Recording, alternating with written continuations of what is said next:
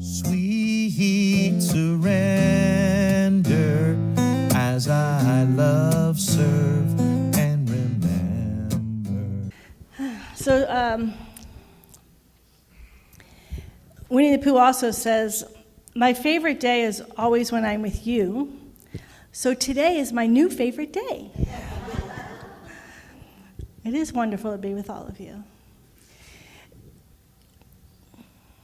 So this talk is interesting because it's really been unfolding for me over a couple weeks and even this morning. So it's something as I'm sharing as I'm learning. And so sometimes when we learn, it can get a little complex. We're going to do something called, we're going to start with simplicity, and then it's going to get complex, and it's going to be a little confusing because the complexity is about simplicity. But we'll get to something called the second simplicity by the end, I promise. So we will return to that, but we're going to go on this little journey together. So there's this book, The Tao of Pooh, and the essence of this book is to show how Winnie the Pooh is simple and how life just works so effortlessly through him because he doesn't block it with a lot of like rabbit's busyness or piglet's worry or busyness and Eeyore's negativity and owl's sort of wisdom that isn't really grounded, that he just is. And he just is this willing person who moves through the days and the lives without, if he goes on an adventure, if they get lost, he doesn't go, oh, darn, we got lost. He doesn't get into the negative, oh, we're lost. And he works his way through it.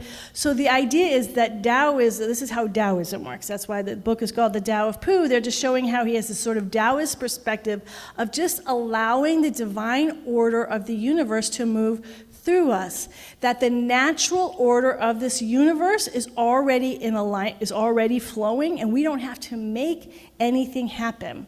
We just have to step out of the way and allow it to move through us, and we will find ourselves moving and flowing through our life in gentle simplicity.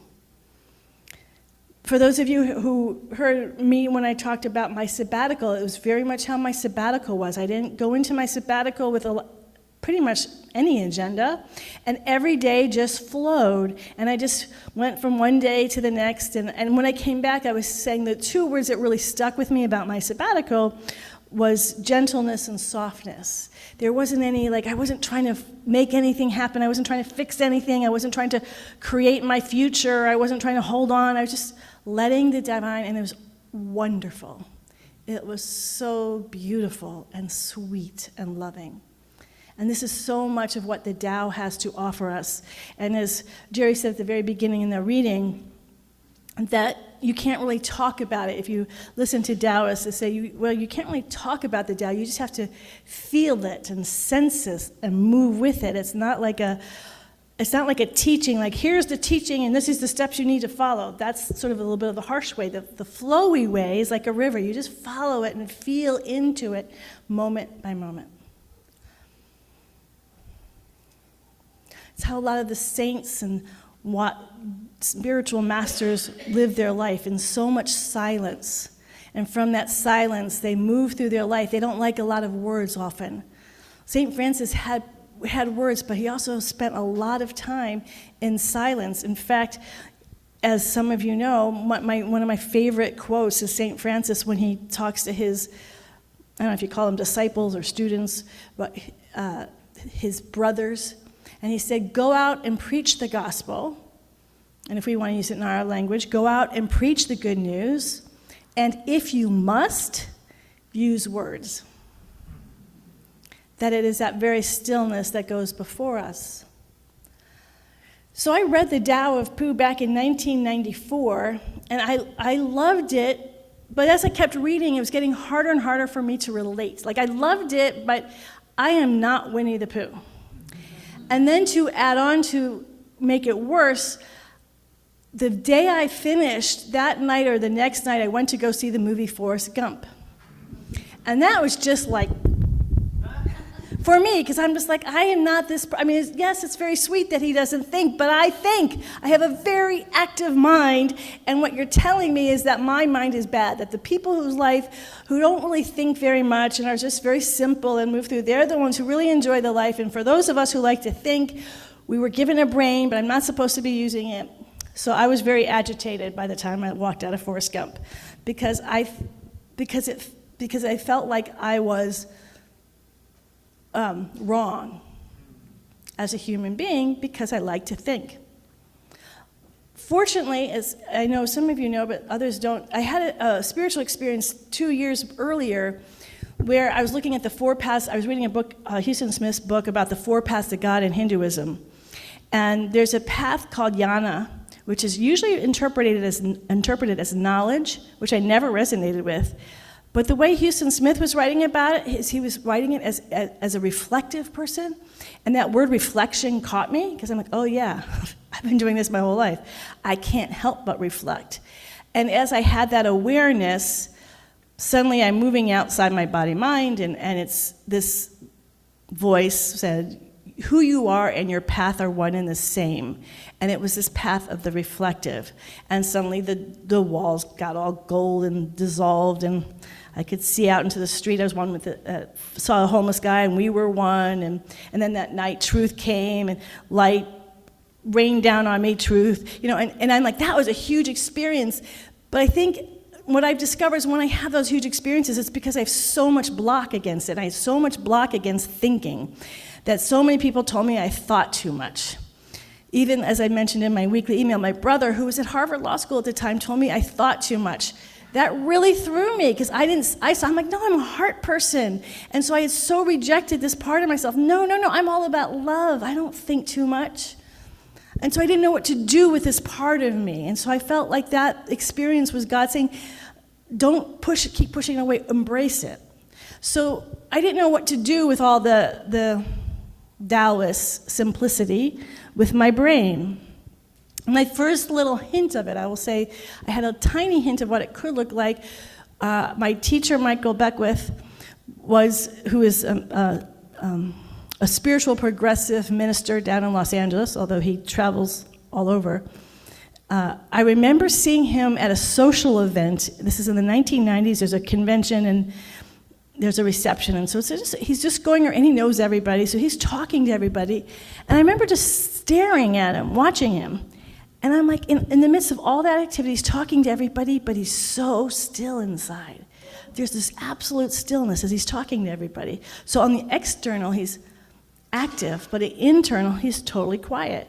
And I thought, oh, that's this whole thing about being still in the midst of activity, which is very Taoist. You can be totally still in the midst of activity, and in the midst of activity, you can be totally still. They're back and forth. I don't know if I said that back and forth, but in stillness you find activity, and in activity you find stillness. But still I struggle with this idea of complexity and my personality and my propensity to think a lot. And then I ended up going through, they changed the ministerial program when I got there, so it got very intellectual.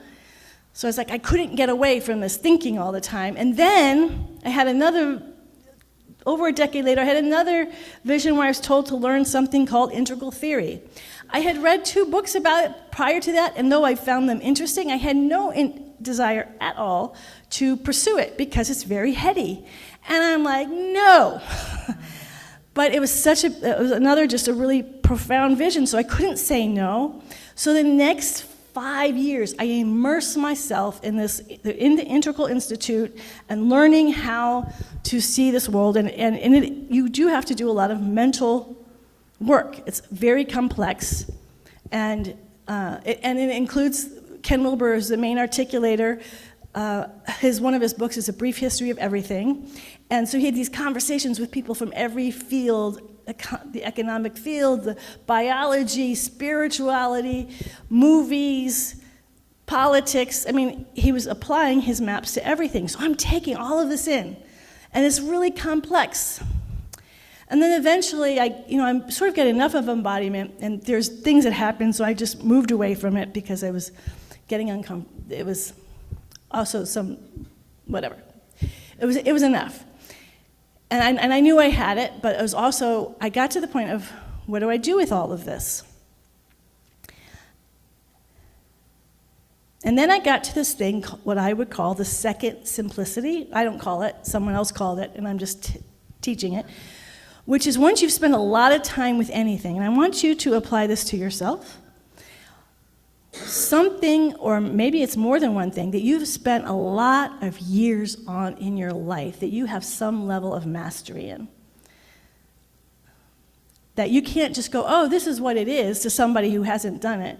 Because you have so much level of mastery that the people who you most resonate or can have connection with also have a lot of experience. Like, for instance, anyone who's at IT. You're talking to me about IT, I don't know anything. I am like Pooh Bear. I'm simple, like, oh yeah, whatever. But if you've been spent decades in IT, you're just at a whole nother level, and you're going to be able to connect with people. You've embodied it, so it's not the things that I find really complicated and confusing will be simple to you, and you can have a conversation with other people in IT, like a quick conversation, because you've all embodied it. That's the second simplicity. The quote that I love about this is from Oliver Wendell Holmes. For the simplicity on this side of complexity, I wouldn't give you a fig. But for the simplicity on the other side of complexity, for that I would give you anything I have. So what he's saying is that the second simplicity integrates our mastery. I just happened to catch an article this morning with Jerry Seinfeld talking about he loves to work because, and there's a mastery. He says, I picked one thing and I've just gotten really good at it. That doesn't mean, like, he had this crazy movie out that flopped. But it doesn't change his idea. He knows he's a master at what he's doing, and he will continue, he said, to work on it till the day he dies, and he will continue working because he loves it. And interestingly, what does he do? He talks with a lot of other comedians because they can talk at a level, we can listen to it because they film it and you can watch it, but I feel like I'm an outsider watching in.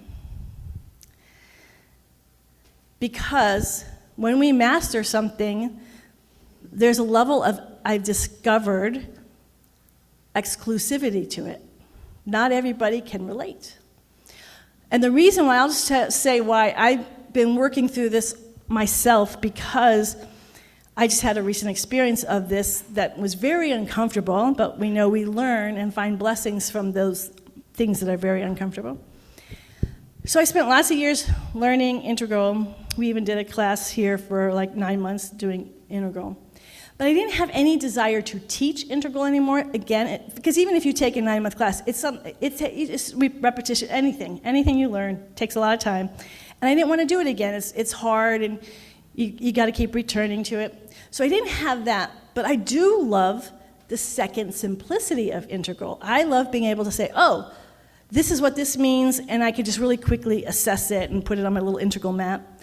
And then I'm like, wow, I can teach this to the minister, to my colleagues, and in 4 weeks, because we're just gonna skip all that complexity, because I don't like going through the complexity. I know it's necessary. It's where the mastery happens. I'm remembering that now, but at the time, I just wanted to skip it all because I didn't want to go take the time to move through it. And I'm like, let's just get to the second simplicity. So I started this class with ministers 2 weeks ago, all about using integral quickly in map. Like I kept saying, it's really simple. All you have to do is just like see where it is on the map, and you can do like this.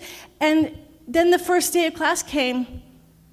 They didn't know anything about integral. And I'm like, oh, back up. Because you can't have the second simplicity without the complexity, without going through the complexity. And that was the realization that I had. I'm like, I had tried to just skip over it because I didn't want to go through it again. But none of us can. You can, no matter how simple you want to make IT or your corporate life or all the stuff that you're really good at that I know nothing about. By the way, I've been working in churches for since the 1990s. So sometimes when you all talk to me about your jobs, I really don't know what you're talking about. I'm a huge novice, so you have to go wind a lot of times way back to explain to me very simple, basic things that you just like, pfft.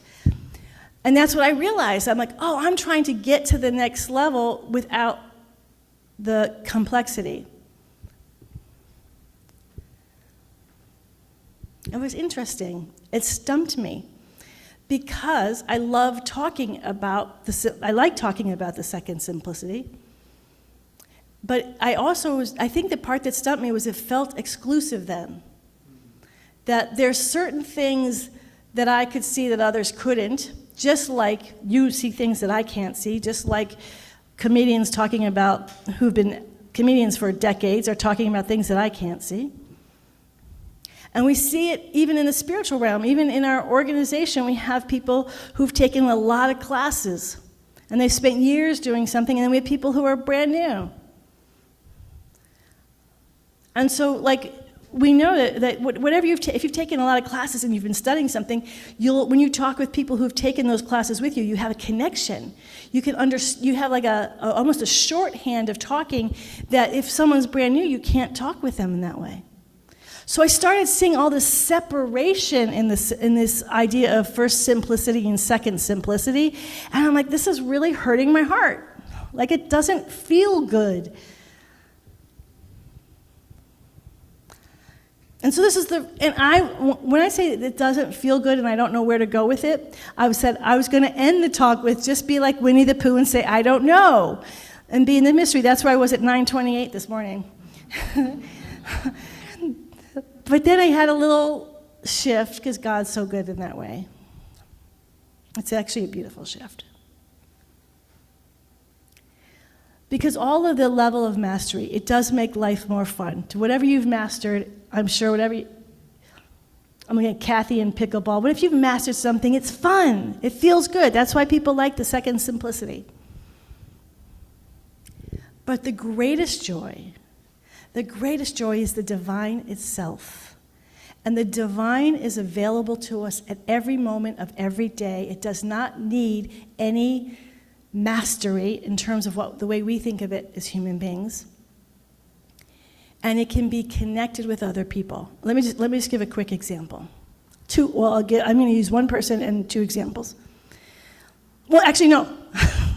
See, I told you, it's only since 9:28. I'm going to use me first, and then the two really good examples. So when I worked in the hospital, what I was working on is seeing the wholeness and perfection of every person with whom I came in contact. Like I didn't want to get caught up. I did know their diagnosis, but my focus was the wholeness and the perfection. So what that is, and how we understand it, is the divine, just as I was saying at the beginning of service, the wholeness and the fullness of spirit is always present. It doesn't suddenly show up. If it suddenly showed up, that's a time and space relativity. It's not time and space. It is always there. The fully enlightened self is available right now, inside of you, inside of each and every one of us right now. Individually and collectively, we are swimming in enlightenment right now. We don't have to do anything or fix anything for that enlightenment to be any more available to us. It's here and now. So just by holding that sense that every person was whole, perfect, and complete when I would meet with them, it changed how we related. It changed how we met. It changed my whole experience of being in the hospital. I wasn't depressed because I wasn't seeing sick people or hurt people, because it was a psychiatric hospital, or emotionally hurt people. I was seeing whole people. Some people I had a profound experience with in holding that, because they could catch it, they could feel it. And often when we're in the hospital of any kind, we're kind of in a surrendered place, because we have to be. So often people are way more open to the presence and power of spirit than sometimes we are in real life. But there's a whole host of people who I was doing this for who weren't responding. They were being the way whatever was going on for them continued. And I would say that was actually the majority of people. But I would never change, because it changed me by just seeing the wholeness and perfection of people. So the other two examples I have are with Michael Beckwith, because they had an impact on me because it wasn't about spiritual mastery for me. These were not situations where we were praying. There was not situations where we were meditating. And these were not situations where we were even talking sort of spiritual stuff. So one was when I saw him at a social event. I hadn't seen him in years. It's a reception. Again, it's like a room like this, filled with people, lots of talking, really noisy. And I hadn't seen him in years, and I didn't really want to get into any there's no place to get into a deep conversation. So I just went over and I said, hey, Michael, what's your favorite movie? And he told me his favorite movie, and we had probably like a 15, 20-minute conversation in a matter of 5 minutes. Because as he was talking to me more in images, like I was catching images. Like he would say a few words, just like we say that the Tao was saying. You don't need a lot of words. He was just saying a few words, and I was catching the images, so we had a full thing, but I can't say it was a verbal conversation. It was extraordinary. And let me be clear, that was not for me. It's because of his connection with Spirit that I got to have the experience and meet him there. I didn't need to take years of classes. I didn't need to do anything. I could connect with him based on what he was doing. The point I'm making is that when we spend time working on Spirit ourselves, to whatever degree that we are connecting with Spirit, when we talk with somebody, they're feeling it. And they're getting it because we're connecting on that level. We don't have to teach them classes. We don't have to say, oh, you have to take years of this or that. It can be immediate because we are all spiritual beings now. There will be no more Spirit in you 50,000 years from now than there is right now. The fullness and the wholeness of Spirit is in every moment of time and space. And the moment we tap into that, and then the person with whom we're in contact, or the people that we're in contact with, also connect with that, we're all experiencing that presence here and now, and it is inclusive of everybody. It is inclusive of everyone.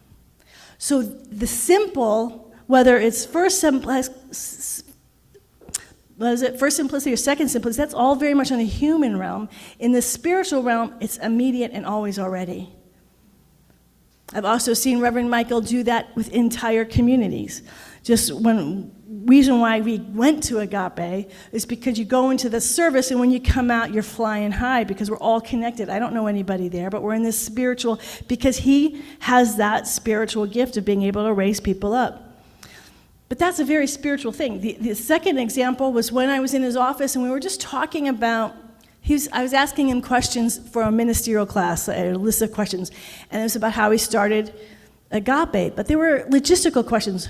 What about bylaws? How did you do your paperwork at home office? What about insurance? What about, so we weren't talking about anything spiritual. Again, we didn't pray in, we weren't meditating.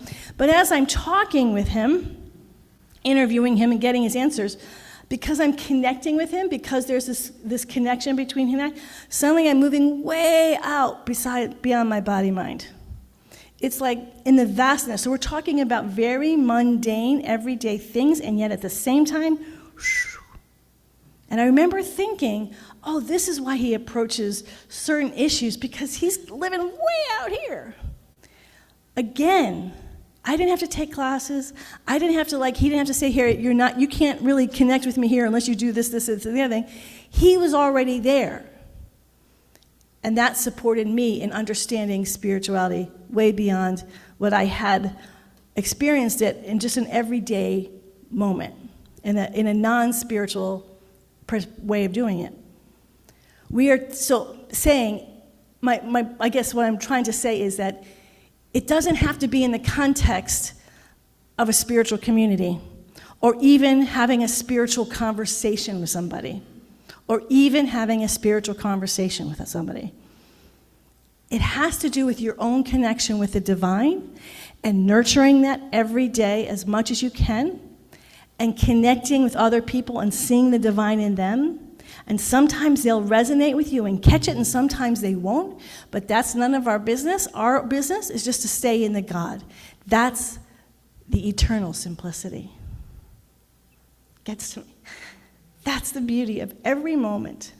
Is there is a joy in complexity. There is a joy in all of that. But the beauty and the treasure, and what we feel sometimes when we hear an innocent comment from a child, is that oh, they just touched my spirit, the innocence in my own self. Because we're all innocent like Winnie the Pooh.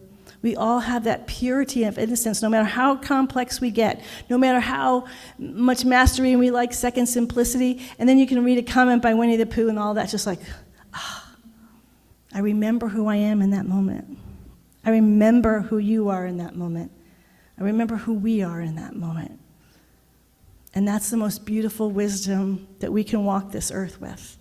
And we get the beautiful blessing to know that and to practice it today and every day.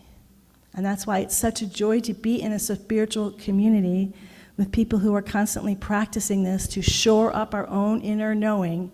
So as we're going out into the world, you are impacting it. You are impacting every conversation you are having because of the spiritual work that you are doing as an individual and we do collectively as a group. Right? Yes? Embracing our innocent Winnie the Pooh mystic self every moment. Let's pray. I just want to start singing Winnie the Pooh. Winnie the Pooh.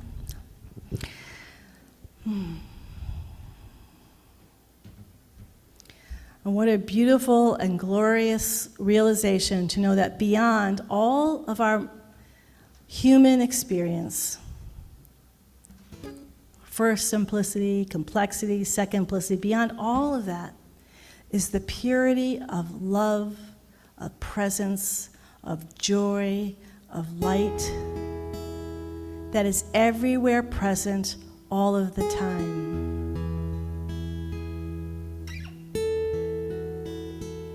Nothing in this world of time and space can ever limit the beauty and the power and the love that is this presence. And so it is with joy that we slow down. We slow down. And we just let go in each and every moment and allow the beauty and the wholeness of truth to radiate and pulsate from our heart, our body, our mind, and our soul. To enjoy and delight in this presence as our very life, and to nurture it and cultivate it as we would nurture and cultivate anything that we love. In the physical world, we are doing the same thing spiritually. We are just cultivating and cultivating and cultivating it more and more day after day in the mundane and in the adventurous. In all of life's experience, we cultivate this pure essence of love, this innocence and sweet joy of pure being. And when we do, we recognize that everything and everyone is included. There is nothing exclusive. There's nothing that only some people get to connect with and other people don't. All beings everywhere.